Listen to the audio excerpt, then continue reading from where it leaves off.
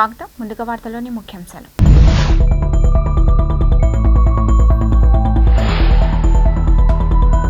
ప్రధాని మోడీ వచ్చి మాట్లాడినా వీళ్లకు హైప్ రాలేదు. మంత్రి అంబటి.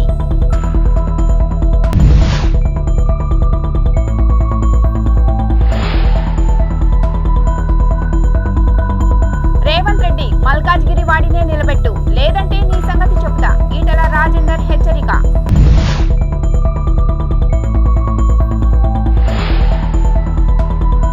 ఒక్కసారి ఎమ్మెల్యేగా నా పనితీరు చూస్తే ఎప్పటికీ నన్ను వదులుకోరు. పవన్ కళ్యాణ్.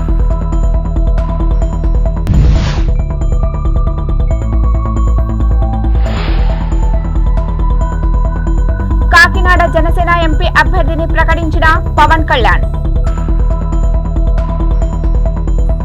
ఈ నెల 17న చిలకలూరుపేటలో టీడీపీ జనసేన బీజేపీ కూటమి నిర్వహించిన ప్రజాగళం సభపై ఏపీ మంత్రి అంబటి రాంబాబు విమర్శనాస్త్రాలు సంధించారు. ప్రజాగళం సభతో ఏం సందేశం ఇచ్చారు? 2014లోనూ ఇదే కూటమి పోటీ చేసింది కదా. నాడు ప్రజలు పొరపాటున ఓటు వేస్తే గెలిచారు. అధికారంలోకి వచ్చి ఆగం చేశారు. రాష్ట్రాన్ని చిన్న భిన్నం చేశారు అని అంబటి మండిపడ్డారు. ఆ తర్వాత విడిపోయారని, ఒకరినొకరు తిట్టుకున్నారని, ప్రధాని మోడీని చంద్రబాబు ఏమని తిట్టారో ప్రజలకు ఇంకా గుర్తుందని అన్నారు. నాడు కూటమి కుమ్ములాటలు చూసిన ప్రజలు మళ్లీ వీళ్లకు ఓటేసే పరిస్థితి లేదని అంబటి అభిప్రాయపడ్డారు. ఇటీవల 3 పార్టీలు కలిసి నిర్వహించిన సభ ఘోరంగా విఫలమైందని అన్నారు. నాకు మల్కాజ్గిరితో ఏం సంబంధమని ముఖ్యమంత్రి రేవంత్ రెడ్డి ప్రశ్నిస్తున్నారు. అలాంటప్పుడు ఆయన కూడా కాంగ్రెస్ అభ్యర్థిగా ఈ ప్రాంతం వాడినే నిలబెట్టాలి, లేదంటే ఆయన సంగతి చెప్తానని బీజేపీ లోక్సభ అభ్యర్థి ఈటల రాజేందర్ హెచ్చరించారు. రేవంత్ రెడ్డికి దమ్ముంటే మల్కాజ్గిరి ప్రాంతం వాడినే తనపై పోటీకి నిలపాలని సవాల్ చేశారు. ఆయన మంగళవారం మీడియాతో మాట్లాడుతూ మల్కాజ్గిరితో నాకు ఏం సంబంధం అని ప్రశ్నిస్తున్న ముఖ్యమంత్రికి నేను ఓ సవాల్ విసురుతున్నాను. నిజంగా నీకు దమ్ముంటే ఈ ప్రాంతం వ్యక్తినే నాపై పోటీకి నిలుపు అన్నారు. జనసేనాని పవన్ కళ్యాణ్ సమక్షంలో ఇవాళ పిఠాపురం నియోజకవర్గం నుంచి పలువురు జనసేన పార్టీలో చేరారు. ఈ సందర్భంగా పవన్ కళ్యాణ్ ప్రసంగించారు. పిఠాపురం నియోజకవర్గానికి తన మనసులో ప్రత్యేక స్థానం ఉందని తెలిపారు. తాను పోటీ చేస్తున్నందుకు ఈ మాట అనడం లేదని స్పష్టం చేశారు. పిఠాపురం శ్రీపాద వల్లభ స్వామి జన్మించిన ప్రాంతమని తెలిపారు. ఉమ్మడి తూర్పుగోదావరి జిల్లాలో పిఠాపురం చాలా కీలకమైన ప్రాంతమని, కేవలం విజయం సాధించడానికే అయితే గత ఎన్నికల సమయంలోనే ఇక్కడ నుంచి పోటీ చేసేవాడినని పవన్ వెల్లడించారు. గాజువాక, భీమవరం, పిఠాపురం తనకు కళ్ళు లాంటివని పేర్కొన్నారు. పిఠాపురం ఎమ్మెల్యేగా నేను పోటీ చేస్తున్నాను. కాకినాడ ఎంపీగా ఉదయ్ గారు పోటీ చేయబోతున్నారు. ఎందుకంటే ఇది గీటురాయి ఎన్నికలు. నిజంగా దశాబ్దం తర్వాత నేను నోరు తెరిచి అడుగుతున్నాను, ఓట్లు వేయమండి. నేను ఓట్లు వేయండి, నాకు నేను హక్కు సంపాదించుకున్నాను. 2019లో కూడా నేను చాలా ధాటిగా ధీటుగా అడగలేదు ఓటు వేయండి, ఎందుకంటే నాకు మనసు చెప్తా ఉంది ఇంకా నువ్వు పని చేయి. దశాబ్దం తర్వాత పోరాటాలు చేసి అందరి కోసం నిలబడి 4 దశాబ్దాలకు తెలుగుదేశం పార్టీ కూడా వెన్నంటే ఉండే నిలబడి ధైర్యం ఇచ్చి 5 కోట్ల మంది ప్రజలు కోరుకుంటున్న ఆకాంక్ష ఒక ఐక్యతతో కూడిన ఒక అలయన్స్ ఉండాలి. ఎన్డీఏ అలయన్స్లో తీసుకొచ్చిన తర్వాత చెప్తున్నాను, ఈరోజు నన్ను గెలిపించండి. చేతులెత్తి నేను అడగట్లేదు, ఆర్థిస్తున్నాను. లేదు, అడగందే అమ్మైనా పెట్టదంటారు. నేను ఈ రోజున అడుగుతున్నాను. అనుభవం కాందే నేను ఎందుకు నలిగి ఈ రోజున ఎందుకు ఇంత బలంగా అడుగుతున్నాను ఓట్లు అంటే, ఒక దశాబ్దం అధికారం లేకుండా ఓడిపోయి పార్టీ నడిపిన వాడిని చిన్నపాటి విజయం, ఒక 21 సీట్లు, 2 ఎంపీలు కనుక మనం కొట్టి చూపించామంటే భారతదేశం ఆంధ్ర వైపు చూసేలా చేస్తాను.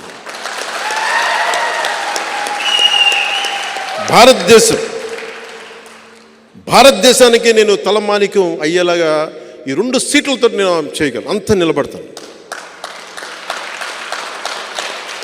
జనసేనాని పవన్ కళ్యాణ్ ఇవాళ కీలక ప్రకటన చేశారు. కాకినాడ లోక్సభ స్థానం నుంచి పోటీ చేసే జనసేన అభ్యర్థిని ప్రకటించారు. కాకినాడ ఎంపీ స్థానం కోసం జనసేన తరపున తంగెళ్ల ఉదయ్ శ్రీనివాస్ బరిలోకి దిగుతున్నాడని పవన్ వెల్లడించారు. ఇవాళ మంగళగిరిలోని జనసేన కేంద్ర కార్యాలయంలో పిఠాపురం నియోజకవర్గం నుంచి చేరికల కార్యక్రమం జరిగింది. ఈ కార్యక్రమంలో పవన్ కాకినాడ ఎంపీ అభ్యర్థిని ప్రకటించారు. కరెంట్ షాక్ తో ఎద్దు చనిపోవడంతో ఇబ్బంది పడుతున్న ముస్లిం రైతు కుటుంబానికి చిలుకూరు బాలాజీ ఆలయ అర్చకుడు అండగా నిలిచాడు. మంగళవారం ఆ రైతు ఎద్దును అందజేశారు.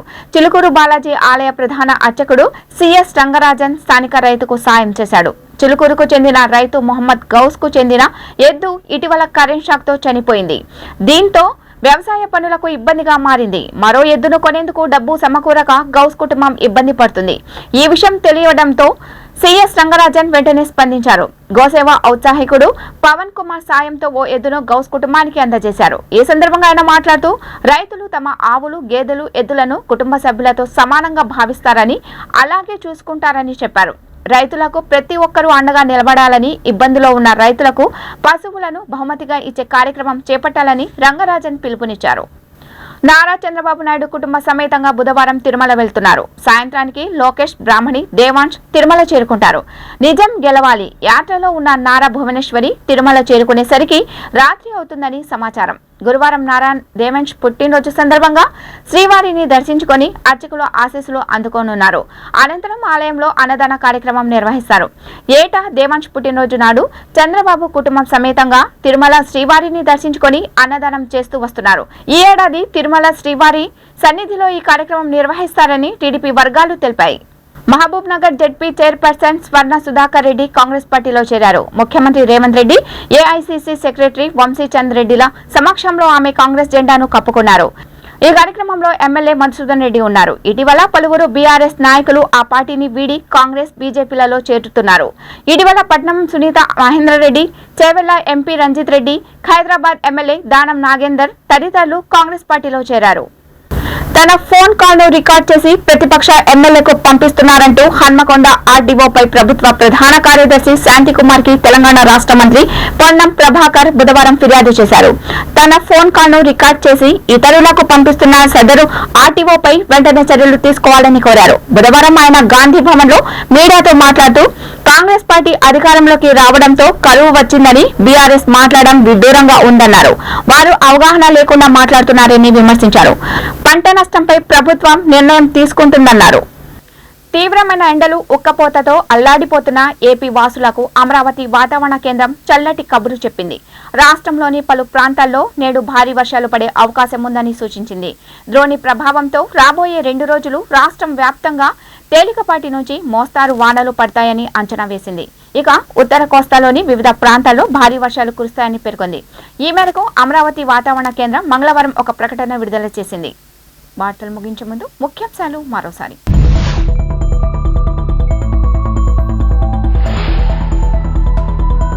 ప్రధాని మోడీ వచ్చి మాట్లాడినా వీళ్లకు హైప్ రాలేదు, మంత్రి అంబటి.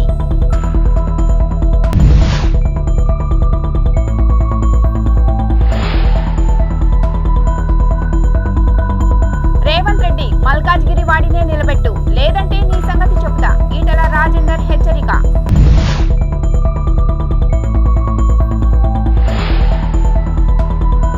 ఒక్కసారి ఎమ్మెల్యేగా నా పనితీరు చూస్తే ఎప్పటికీ నన్ను వదులుకోరు, పవన్ కళ్యాణ్.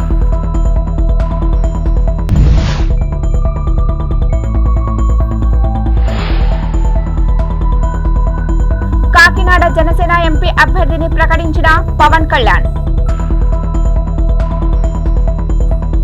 ఈ వార్తలు ఇంతటితో సమాప్తం. నమస్కారం.